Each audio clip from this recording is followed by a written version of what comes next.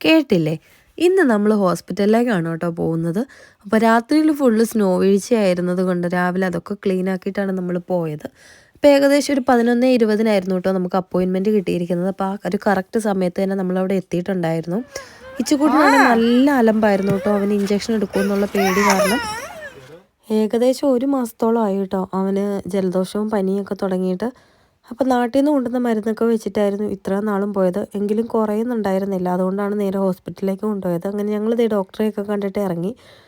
നല്ല തണുപ്പുണ്ടായിരുന്നു കേട്ടോ. അതുപോലെ തന്നെ നമ്മുടെ സൂര്യപ്രകാശം അടിക്കാൻ തുടങ്ങിയപ്പോഴേക്കും ഐസൊക്കെ മെൽറ്റായി തുടങ്ങിയിട്ടുണ്ടായിരുന്നു. അപ്പോൾ വളരെ സൂക്ഷിച്ച് കിടക്കണം, അല്ലാന്നുണ്ടെങ്കിൽ എപ്പോഴാണ് തലയിടിച്ച് വീഴുന്നതെന്ന് പറയാൻ പറ്റില്ല കേട്ടോ. അപ്പോൾ തേച്ചുകൊണ്ട് എന്തായാലും ഹാപ്പി ആയിരുന്നു, കാരണം അവന് ഇഞ്ചക്ഷനൊന്നും കിട്ടിയില്ല. ഐസ് അങ്ങനെ ഇഷാങ്കൂട്ടിന് കുത്തൊന്നും കിട്ടിയില്ല കേട്ടോ. ഇച്ചുകൂട്ടാ എങ്ങനെയുണ്ട്? ഇപ്പം കരയുന്നുണ്ടോ? നിനക്ക് കുത്ത് കിട്ടിയോ? നിനക്ക് ഇഷ്ടമായോ ആശുപത്രി? ഹോസ്പിറ്റലിൽ നിന്ന് ഇറങ്ങി നേരെ ഞങ്ങൾ പോയത് അനുവിനെ പിക്ക് ചെയ്യാനാണ് കേട്ടോ. അവിടെ നിന്ന് നേരെ ഞങ്ങൾ KFCയിലേക്ക് വിട്ടു. അവിടെ ചെന്നപ്പോഴാണ് ബോധോദയം ഉണ്ടായത്, എന്തുകൊണ്ട് നല്ല ഇന്ത്യൻ ഫുഡ് കഴിച്ചുകൂടാന്ന്. അവിടെ നിന്ന് നേരെ വണ്ടി എടുത്ത് ഞങ്ങൾ യോവലിലേക്കാണ് കേട്ടോ പോകുന്നത്. അവിടെ ചെന്നത് സ്വീറ്റ് ആൻഡ് ചില്ലി എന്ന് പറഞ്ഞാൽ നല്ലൊരു അടിപൊളി ഇന്ത്യൻ റെസ്റ്റോറൻ്റ് ഉണ്ട്. അവിടെ കയറി നല്ല പൊതിച്ചോറും അതുപോലെ തന്നെ മന്തിയും ബിരിയാണിയൊക്കെ കഴിച്ച് ഞങ്ങളിത് വയറൊക്കെ ഫുള്ളായി കേട്ടോ.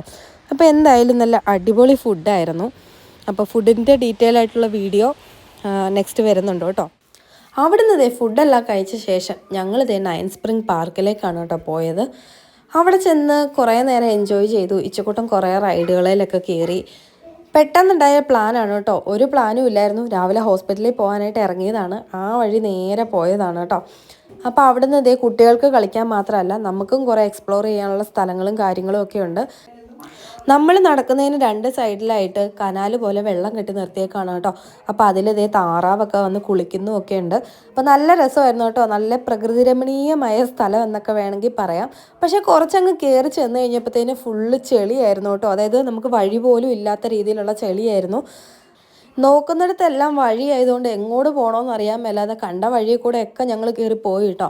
ലാസ്റ്റ് എങ്ങോട്ടാണ് തിരിച്ചിറങ്ങേണ്ടതെന്ന് അറിയാൻ പാടില്ലാതെ കുറേ കിടന്ന് കറങ്ങി. കുറേ മുകളിലേക്ക് ചെന്ന് കഴിഞ്ഞപ്പോഴത്തേനും ഫുൾ കാടായി. അതുപോലെ തന്നെ നല്ല ചെളിയുമായി കേട്ടോ. ഇച്ചുകൂട്ടിന് നന്നായിട്ട് പേടിയായി, എങ്ങനെയായി ഇറങ്ങണ്ടേ, എതിലെയാണ് പോകുന്നതെന്നൊന്നും ഞങ്ങൾക്കും ഒരു ഉറപ്പും കാര്യങ്ങളും ഒന്നും ഇല്ലായിരുന്നു. അപ്പം അങ്ങനെ അവനെ കുറേ പറഞ്ഞ് ആശ്വസിപ്പിച്ച് അവൻ്റെയും കാലിലും ഷൂലും ഒക്കെ ചെളിയായി കേട്ടോ. അപ്പം ഞങ്ങളുടെ ആയി മുകളിലേക്ക് ചെന്നപ്പോഴേക്ക് ഒരു മനുഷ്യനെ പോലും കാണുന്നില്ലാത്തൊരവസ്ഥയിലേക്ക് എത്തി കേട്ടോ. അത് എൻ്റെ കെട്ടിയവൻ അങ്ങനെ വീണു.